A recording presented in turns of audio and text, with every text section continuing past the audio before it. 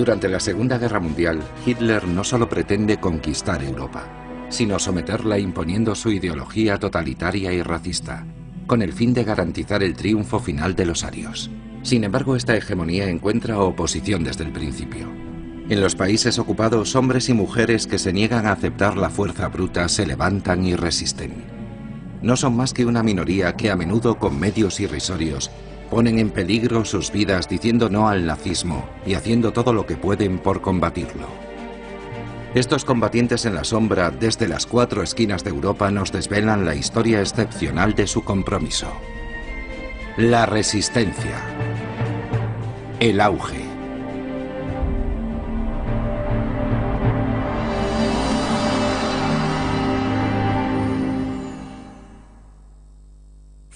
Freddy, mi hermana, había seguido la pista de un traidor que denunciaba a gran cantidad de familias judías y de resistentes y servía como fuente de información a los nazis. Le había encontrado y le seguía. Era su tarea. Annie y yo teníamos que hacerle pasar al otro mundo.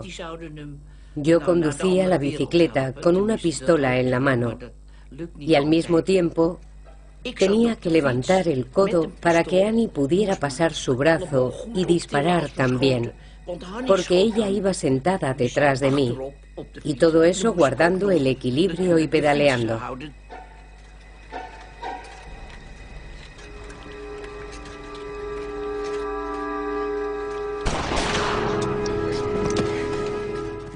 Había que huir.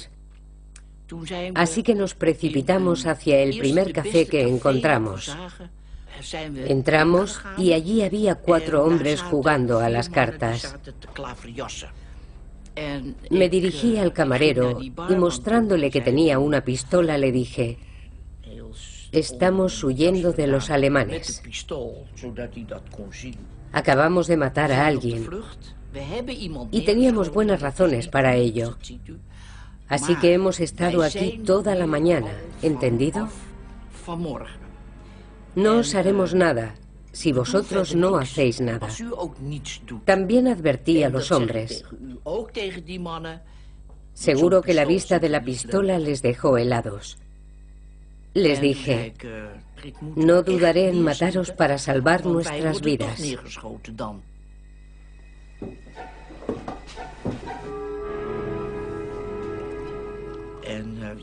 En realidad, estábamos temblando como las hojas de un árbol. No es fácil cometer un atentado. No éramos pistoleros del oeste. Disparar a alguien no es un trabajo para una chica joven. Era sencillamente una necesidad. Un alemán entró en el café. Era joven. Yo no las tenía todas conmigo, pero conseguí tranquilizarme. Haciendo ver que había bebido demasiado, me acerqué a él y le abracé. Eso no le hizo ninguna gracia. En fin, hice un poco de chica alocada. Es verdad que a veces había que hacer algo de comedia. A Annie le costaba bastante. Estaba muy erguida. A mí no me importaba hacer algún que otro zigzag para salvar la piel. Los 4 jugadores de cartas dejaron de jugar. He de decir que el ambiente era bastante simpático. Después el alemán empezó a hacer preguntas. ¿Ha venido alguien a esconderse aquí en su café? No, no. ¿Y estas chicas? Ah, estas chicas llevan horas aquí. Ya me gustaría que se largasen. Utilizaba un lenguaje rudo, de Harlem, y nosotras allí temblando como hojas. Francamente, no fue fácil. Desde luego que no. Pero salimos de aquella. Tuvimos suerte. Otros no la tuvieron. Lo normal es no haber matado nunca a nadie, no haber estado implicado ni de cerca ni de lejos en un asesinato. Pero aquello yo no lo considero un asesinato, sino la eliminación de un traidor.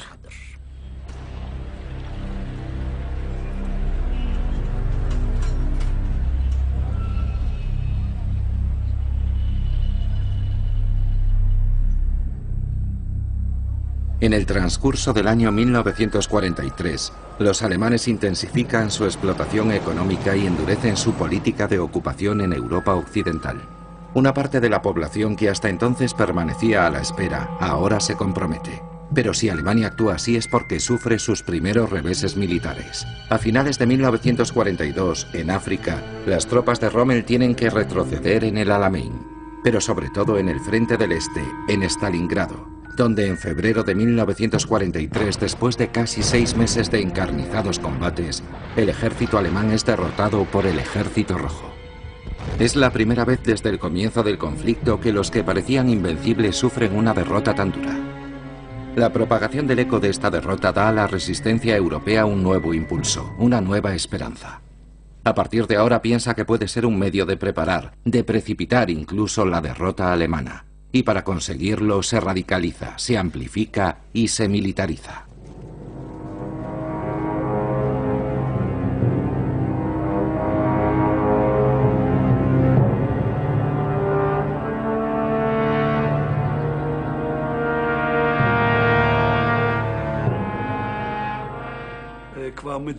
Gracias a los aparatos de radio, podíamos estar en contacto regularmente con Moscú y nos habíamos puesto de acuerdo sobre las señales que nosotros, los partisanos, debíamos utilizar para que los aviones pudieran reconocer el terreno para lanzar los paracaídas.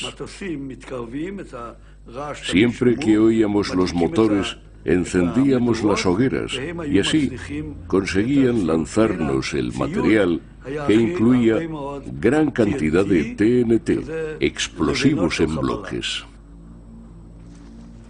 Los resistentes rusos, agrupados en los bosques dentro de los territorios ocupados por los alemanes, son bien aprovechados por el Estado Mayor soviético.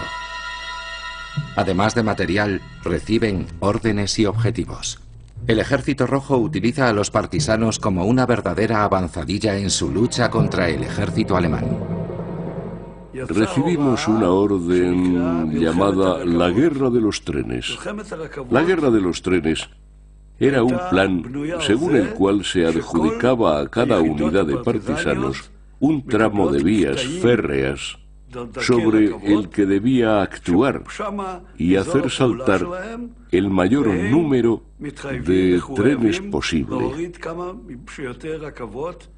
Salíamos del bosque por la noche, caminábamos durante horas porque la distancia hasta los raíles era de 30 o 40 kilómetros. Una vez pusimos una bomba, el tren se acercó, el tren pasó. No ocurrió nada. No sabíamos si había fallado el detonador, pero en ningún caso podíamos, era una ley, dejar una bomba no explotada para que los alemanes no descubriesen nuestras técnicas. Decidimos ir a ver qué había pasado con la bomba. El comandante, que era quien debía ir, dijo: ¿quién está dispuesto a venir conmigo? Y yo me presenté voluntario. Los dos nos acercamos con cuidado a la bomba, el comandante la dio la vuelta y el detonador cayó fuera. En cuanto salimos de allí, llegó otro tren. Decidimos en ese momento cruzar los raíles y descender por el talud del otro lado de la vía. El tren pasó sobre la bomba y ésta hizo explosión. El tren descarriló. Estaba lleno de soldados alemanes que iban al frente.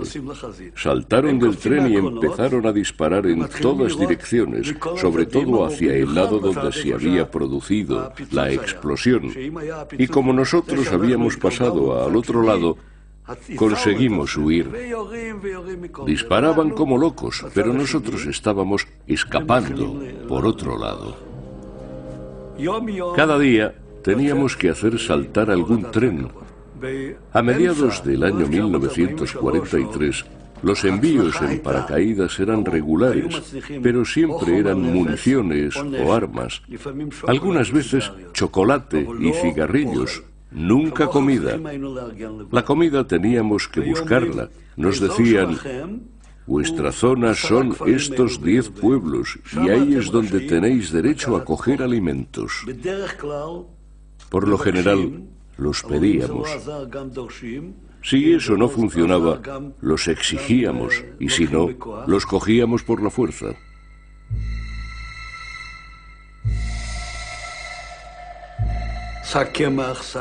Aquí un saco de harina, allí un saco de patatas, un cerdo, un poco de mantequilla, de queso, etcétera, etcétera. Y decíamos a los campesinos, si vemos que la policía o los alemanes nos siguen, mañana venimos y quemamos la casa. Los pobres se encontraban en una situación terrible. Los alemanes les decían lo mismo. Decían, si vienen los partisanos, nos tenéis que prevenir inmediatamente. Tenían miedo de los alemanes que podían venir al día siguiente y decir, han venido los partisanos y no nos lo habéis dicho. Y también tenían miedo de los partisanos. Hubo casos extremos en los que un pueblo se organizaba, recibía armas de los alemanes y formaba brigadas para defenderse. Y cuando llegábamos, los partisanos nos disparaban. No nos dejaban ni acercarnos a las casas. Hubo combates y a veces quemamos todo un pueblo. Por esa razón, no teníamos elección, teníamos que sobrevivir.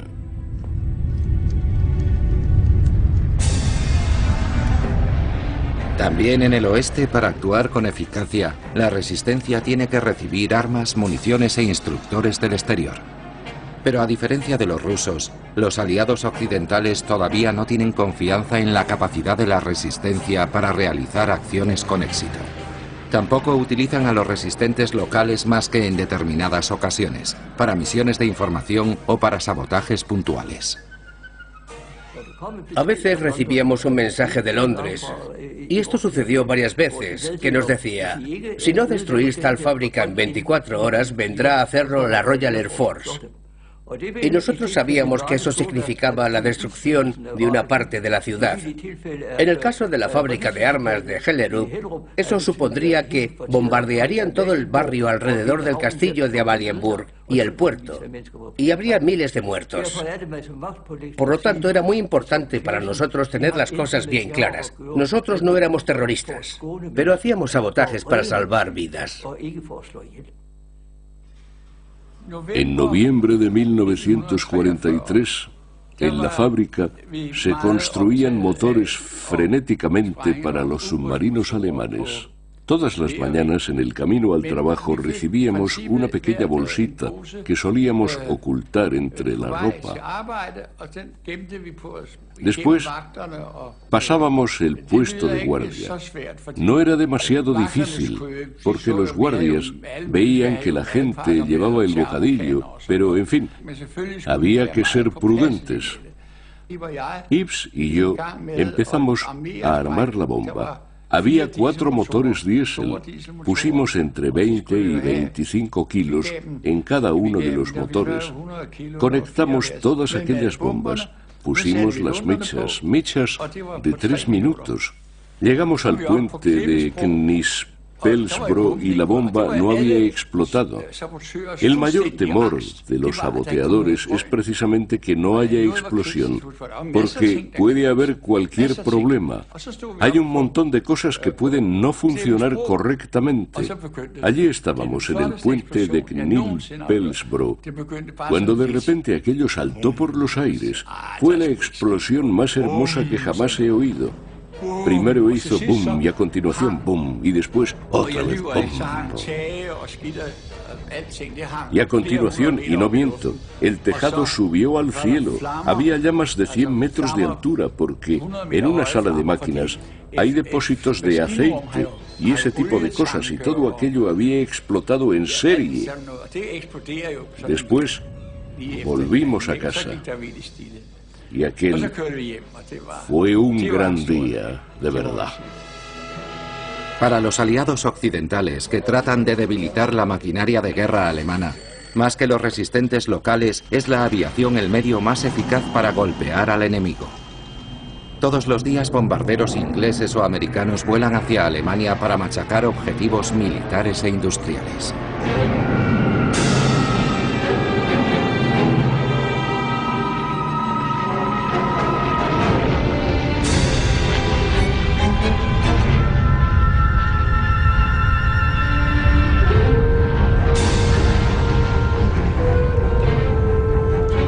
A veces se bombardean directamente las ciudades para intentar romper la moral de los civiles alemanes.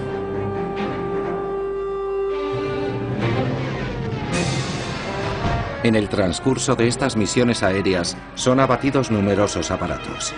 Cuando los pilotos logran salvar la vida, para los aliados son otros tantos soldados perdidos en territorio enemigo. Teniendo en cuenta el tiempo y el coste de la formación de estas tripulaciones y también la moral de los aviadores, resulta fundamental repatriar rápidamente a los supervivientes. Es sobre todo a la resistencia local a la que corresponde este papel. Una de estas vías de evacuación belgas, la Red Cometa, recupera a los tripulantes y gracias a sus agentes les conduce a través de Francia hasta Bayona para hacerles pasar la frontera española. En 3 años de existencia, la Red Cometa consigue sacar de Francia a cerca de 300 aviadores.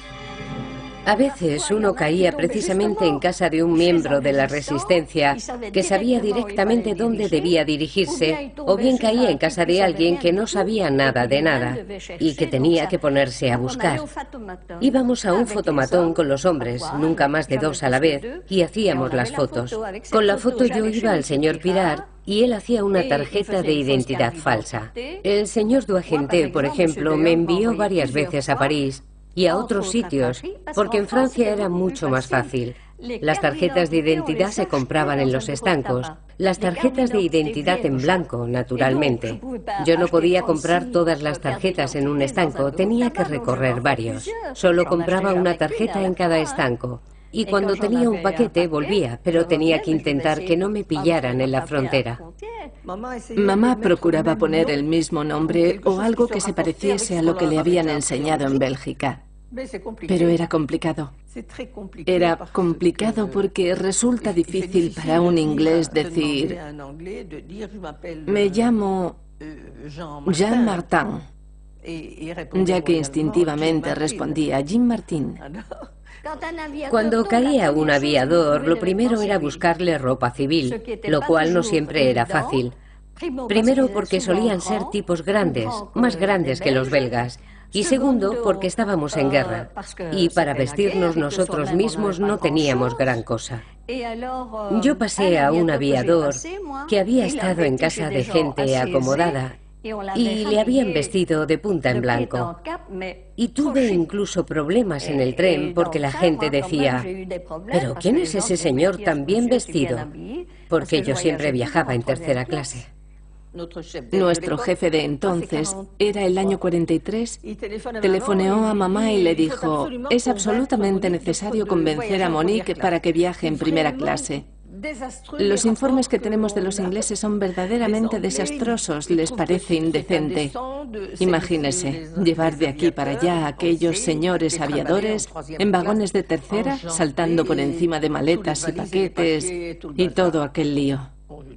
Yo dije que no me apetecía. Iba bien tranquila en tercera clase. Los alemanes y los petainistas estaban menos dispuestos a venir a tercera a pedir la tarjeta de identidad. Decían: tarjeta de identidad. Teníamos que salir. Yo siempre las tenía en el bolsillo, la tarjeta de trabajo y la tarjeta de identidad. Así. ¿Y qué tiene ahí dentro? Tenía un pan. Hacía años, 2 años que llevaba el mismo pan. Pero una vez en Mons me dije: bueno, lo voy a hacer. Llegué a Mons y el guía de Bruselas me llevó a 2 hombres. Eran americanos. Y compré billetes de primera clase. Subimos al tren en primera clase. Desde luego no estaba mal, muy confortable. Nos sentamos y los 2 hombres tan contentos. Yo había elegido a uno de ellos que debería pasar por mi amigo o mi marido o mi novio o mi enamorado, no importa. Y entonces la puerta se abrió y subió un alemán. Un alemán grande como... no sé. Y yo pensé, vaya, justo lo que nos faltaba. ¿Y ahora qué va a pasar? Se quitó la gorra con gran delicadeza. Se quitó el abrigo, un abrigo bien grueso, y lo colgó.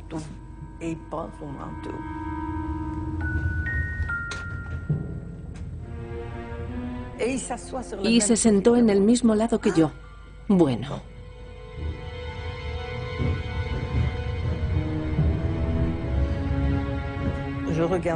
Yo hojeé un poco mi revista Señal.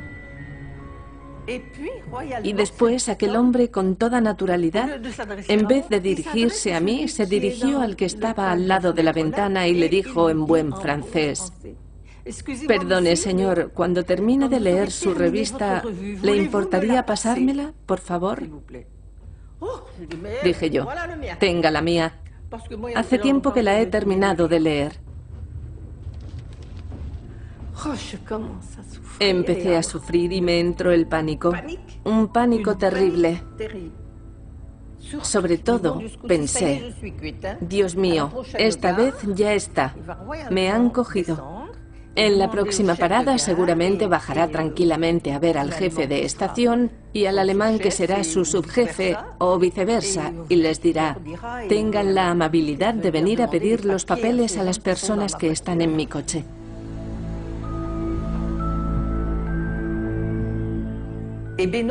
Pues bien, no. Pasamos la estación y no se movió. Me preguntaba por qué y cuáles serían sus intenciones. Después tomamos la línea hacia París y nunca se bajó del tren ni fue a buscar a alguien para que nos detuviese. Llegamos a París y se vistió lo mismo que se había desvestido, con tanta elegancia que yo pensé: es un hombre que se sale de lo ordinario. Es un intelectual, un hombre de despacho o alguien muy importante. Y no nos vendió. Supongo que él algo sospechó, pero se dijo: yo en mi situación nada tengo que ver con estos. En la Alemania nazi todo se sacrifica a la victoria final. Ahora bien, el frente ruso, en donde la situación no cesa de agravarse, necesita el envío de más soldados cada día, sin que por ello deje de crecer la producción de armas en las fábricas. La Alemania nazi es un minotauro insaciable.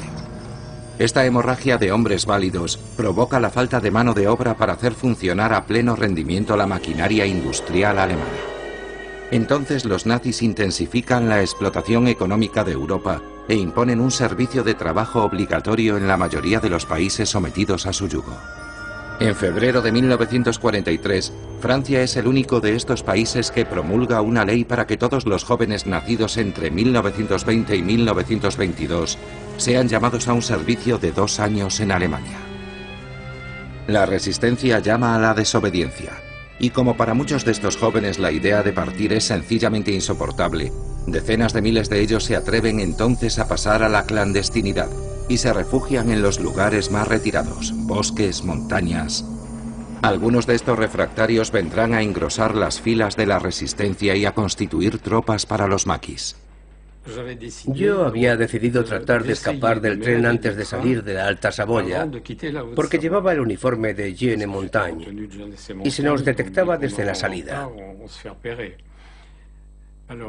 Hubo una primera parada en Annecy, pero los andenes estaban llenos de policías, por lo tanto era inútil intentar nada. Después, 20 kilómetros más allá, estaba Rumilly, era casi el límite de la Alta Saboya, y allí había poca gente en los andenes, así que decidí bajar del tren por el lado contrario al andén. Había preparado el saco y dejado todas mis cosas cerca de la puerta para estar preparado para escapar. Allí cambié de andén y tomé un tren que iba en sentido contrario. Durante 2 meses estuve en casa de un campesino, un gran tipo, por cierto, que vivía cerca del lago Alemán. Él me daba cobijo y comida y a cambio yo le ayudaba. Allí aprendí a segar. Los maquis no habrían existido sin la población civil. Nosotros habíamos convenido que en cuanto hubiese un campamento preparado me llamarían. Así es como llegué al campamento de Manigot en Las Colas. En Manigot todos éramos prófugos. El comandante del campamento era Alphonse Métral, que después fue presidente de Les Gliers. Había marselleses, había gente del centro de Francia, había también algunos de París. Aprendimos a desmontar y volver a montar las armas, etc. Después a utilizarlas cuando teníamos armas capaces de disparar, porque a menudo más parecían viejos arcabuces. Las redes estaban muy bien organizadas, y en cuanto a la milicia, o los gendármenes, los guardias móviles, salían en nuestra dirección, éramos prevenidos por gente de la resistencia que estaba vigilando. En Noruega, numerosos jóvenes se unieron al maquis. Como represalia, las autoridades alemanas suprimen los cupones de racionamiento a las familias de estos jóvenes que no acuden a la llamada del trabajo obligatorio. La resistencia noruega replica esta medida organizando el robo de un cargamento de cupones que sale de la imprenta. Me dieron la orden de robar los cupones de racionamiento. La organización clandestina Milord se puso en contacto conmigo para preguntarme si quería ser responsable de aquella acción. Yo acepté. En la cabina del conductor había un guardia y 2 guardias armados en la parte trasera del camión. ¿Cómo lograr que se detenga un camión con hombres armados? Sencillamente haciendo que respete la prioridad. Pensé que podría poner un coche en la calle von der Garten y hacerle una señal cuando estuviese a punto de llegar el camión. Entonces tendría que detenerse. Por supuesto no tenía que haber disparos ni teníamos que mostrar que llevábamos armas, porque había alemanes por todas partes. Y tuvimos suerte, porque el camión subió por la calle procedente de la imprenta y se acercó al lugar de la calle donde estaba estacionado nuestro coche.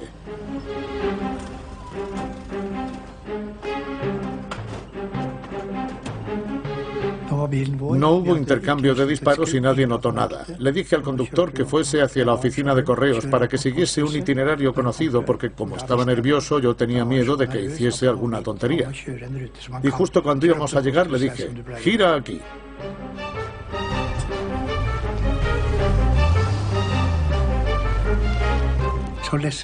Pasamos 1,5 toneladas de documentos del camión de la imprenta al nuestro.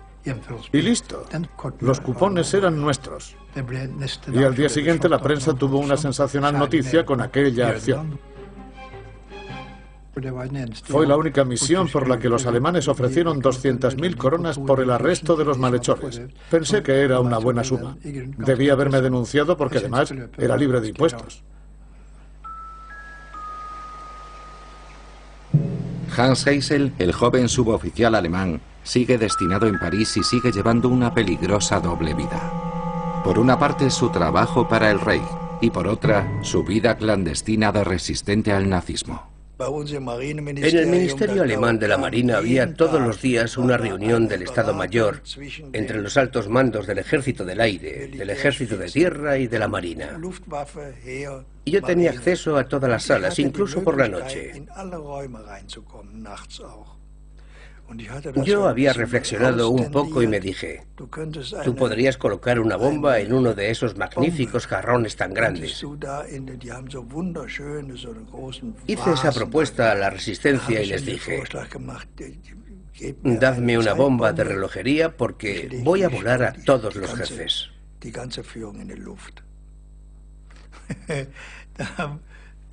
Después, esperé y seguí esperando.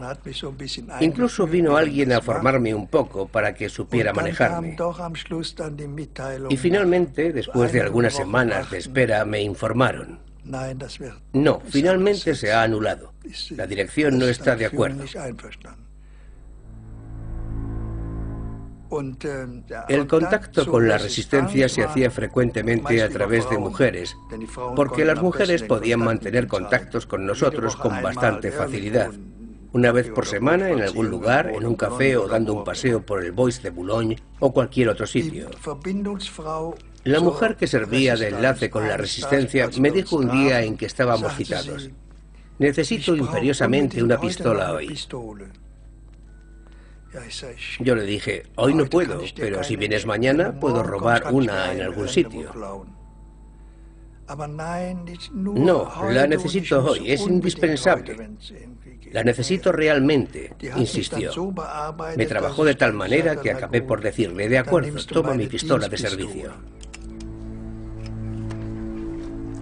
En la mañana del 28 de septiembre de 1943, hacia las 8:30, el coronel de las SS Julius Ritter, que supervisa el envío de franceses al servicio de trabajo obligatorio en Alemania, es abatido en la calle por los comunistas del grupo Manoukian.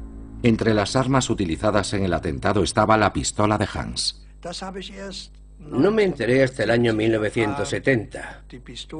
La pistola pertenecía al miembro de la Wehrmacht Hans Heysel. Solo entonces supe lo que había pasado con mi pistola. Y dije para mí: cumplió bien con su papel. Fue un orgullo para mí.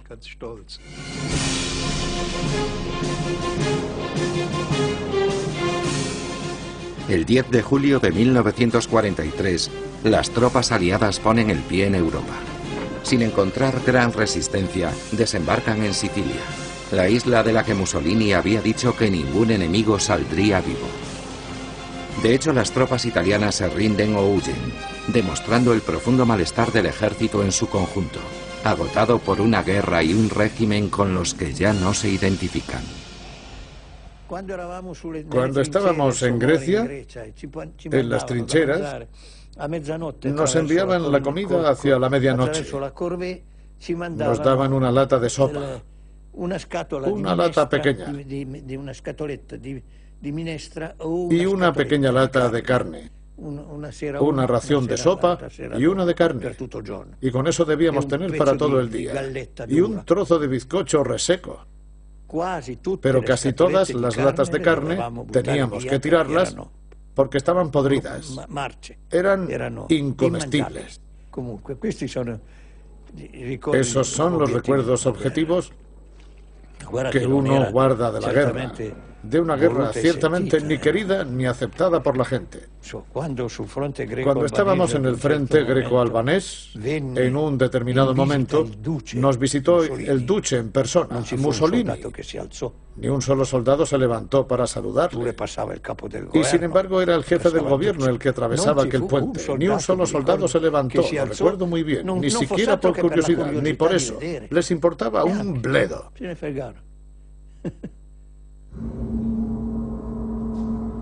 Para Italia, la guerra es una catástrofe. Ha perdido su imperio africano. Su ejército está hecho pedazos.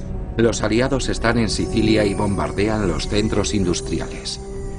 Para la mayoría de los italianos, los responsables de este cataclismo son Mussolini y el fascismo.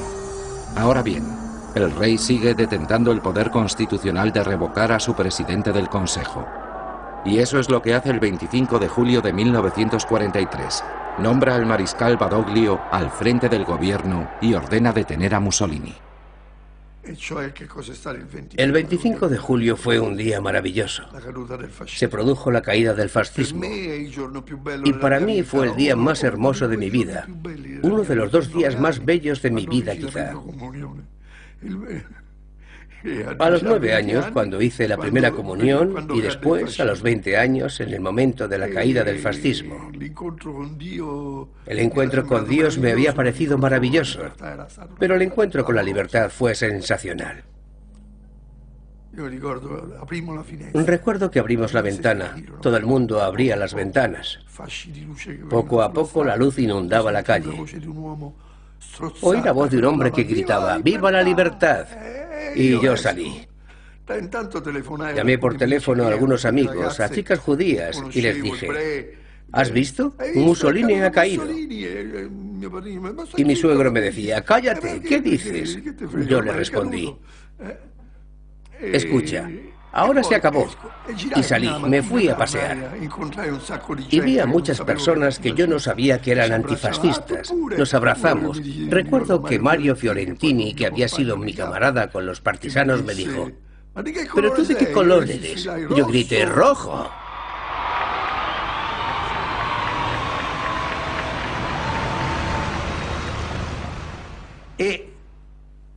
Teníamos la sensación de que el final de la guerra estaba próximo.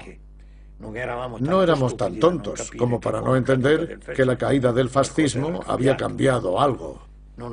Por eso esperábamos. Los alemanes claramente habían empezado a desconfiar de nosotros y nosotros no nos fiábamos de los alemanes. En aquel verano de 1943, los italianos aseguran a los alemanes que no abandonarán a las fuerzas del eje, mientras que al mismo tiempo negocian en secreto un armisticio con los angloamericanos. Este armisticio no se hace público hasta el 8 de septiembre. Los alemanes reaccionan inmediatamente, desarman a las tropas italianas y se apresuran a ocupar Italia, para consolidar sus posiciones frente a los aliados. El 10 de septiembre ya están en Roma. Cuando los alemanes entraron en la ciudad, yo me fui de mi casa. Estaba marcado como antifascista y por lo tanto podía ser arrestado inmediatamente. Me refugié en el hospital. La sección de patologías quirúrgicas aún no había sido inaugurada y estaba llena de personas como yo. Incluso decíamos que teníamos la enfermedad de Kesserling. Kesserling era el comandante de todas las fuerzas militares en Italia. Cuando sonaba la alarma y nos decían que los alemanes iban a ir al hospital, todos bajábamos a los sótanos.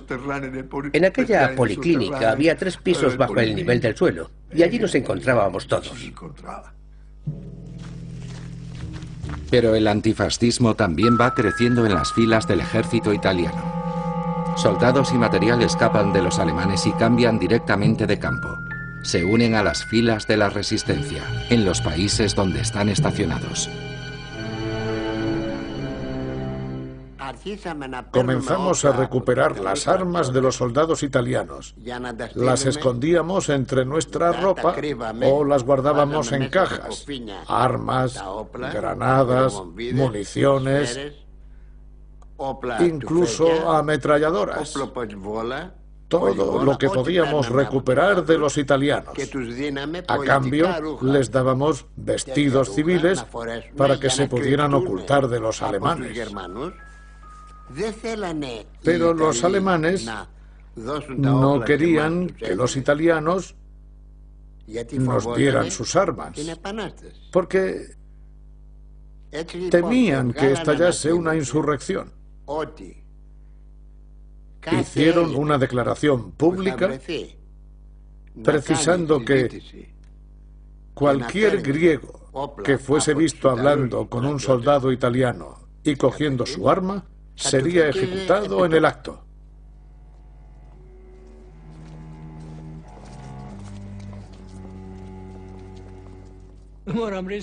Nuestras madres habían acogido bien a aquellos italianos, aunque no entendiesen lo que decían, y siempre se estaban preguntando qué hacían allí, si es que se habían perdido, o por qué venían de Italia a nuestra casa.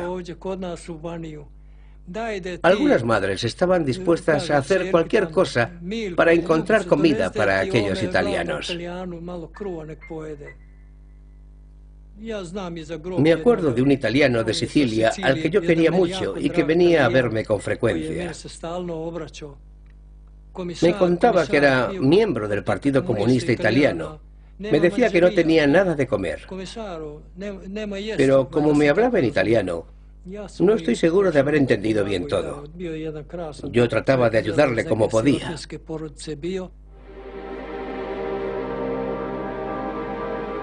Para los partisanos yugoslavos y griegos, la rendición de las tropas italianas que les ocupaban es un filón que les permite empezar a soñar con la victoria.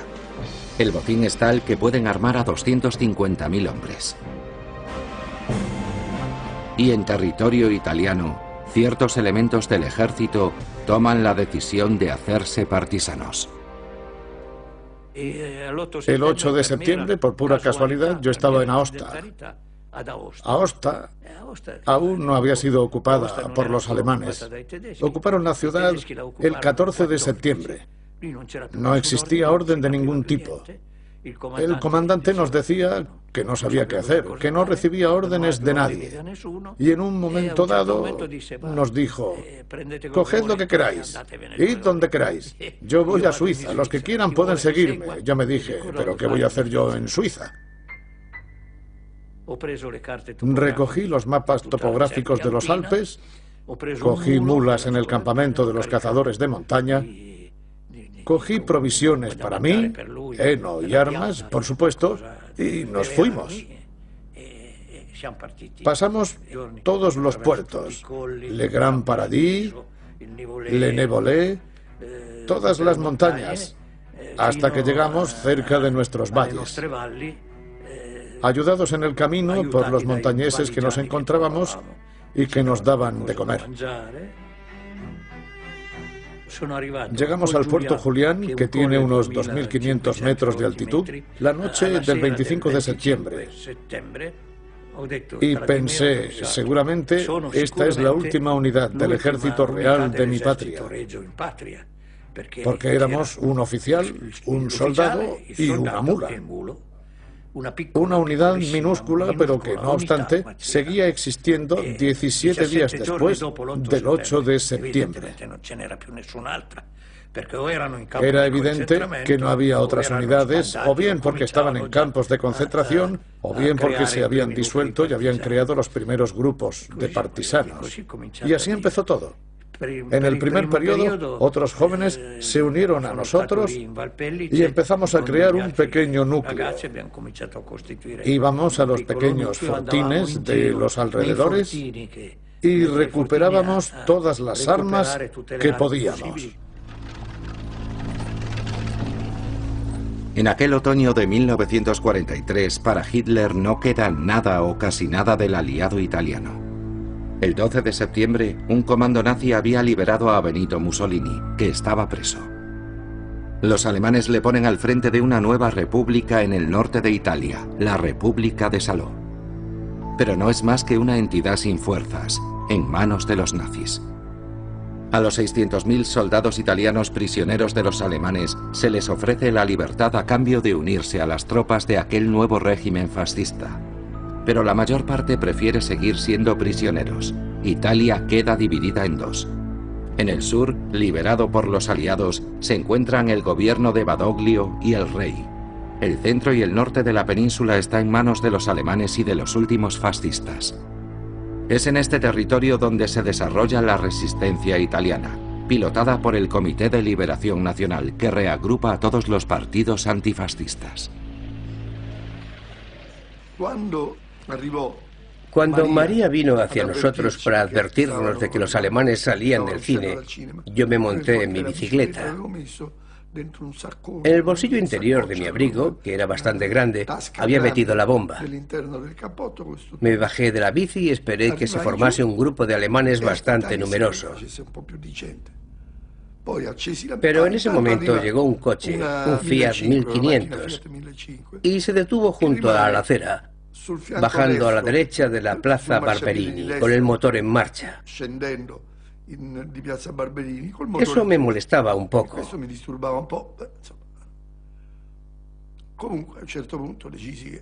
En todo caso, en un momento determinado, decidí pasar a la acción. Y me lancé, encendí la mecha, pero no conseguía sacar la bomba del bolsillo. Se pueden imaginar cómo tiré con todas mis fuerzas para sacar la bomba del bolsillo y tuve el tiempo justo para lanzarla debajo del camión, en el mismo momento en que los alemanes empezaban a subir a él. Empecé a dar pedales como un loco y bajé por la vía del Tritone a toda velocidad. Inmediatamente sentí la onda de la bomba y enseguida el coche se lanzó en mi persecución y empezaron a disparar, porque se habían dado cuenta de que yo había huido a toda prisa. Así que bajé rápidamente por la vía del Tritone y delante de la sede del diario Messaggero perdí el sombrero. Mi primera reacción fue pararme a recogerlo, pero enseguida pensé, ¿eres tonto? ¡Lárgate, imbécil! Pero el ejemplo más sofisticado de una acción radical de la resistencia nos llega de Polonia. Franz Kuchera, fanático temible, es nombrado jefe superior de las SS y de la policía en el distrito de Varsovia en septiembre de 1943. En Polonia, donde la represión nazi no conoce freno alguno desde el comienzo de la guerra, Kuchera obtiene rápidamente el apodo de Carnicero de Varsovia. Pero la resistencia polaca tiene una cohesión y una fuerza sin igual en Europa. A través de ella, es toda una nación la que intenta mantenerse a pesar de la ocupación. Por ejemplo, el gobierno en el exilio, en Londres, tiene sobre el terreno un delegado general que dirige toda una administración clandestina. Además de la educación, existe un sistema judicial secreto que va a condenar al dignatario nazi a la pena de muerte. La misión de ejecutar la sentencia le corresponde al Ejército del Interior, el AK. Se trataba ante todo de no cometer ningún error, porque este tipo de acciones solo se podían hacer una vez. Había que estar seguros al 100% de que era la persona señalada, la condenada a muerte por las estructuras clandestinas de la justicia polaca.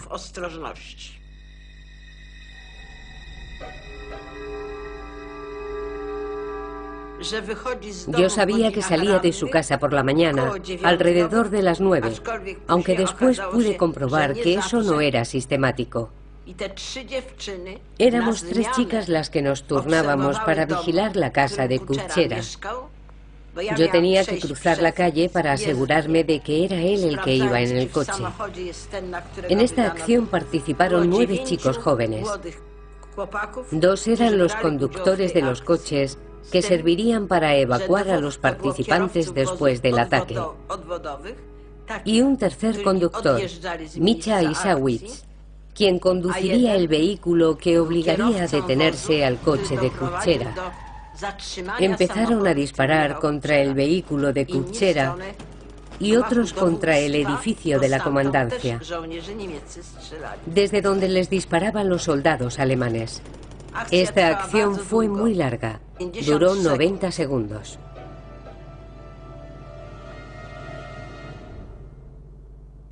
Después de este acto, fusilaron a 300 personas, 100 personas cerca de la zona del atentado y el resto en la calle Barskat.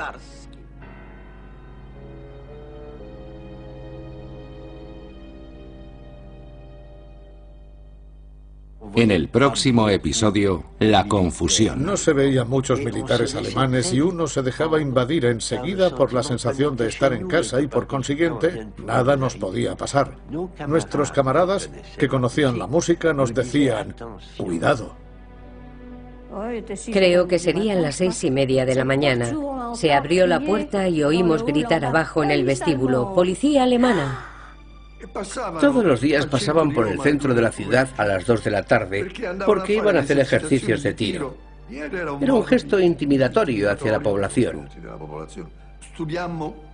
Nosotros habíamos estudiado el recorrido con todo detalle, al centímetro, al segundo.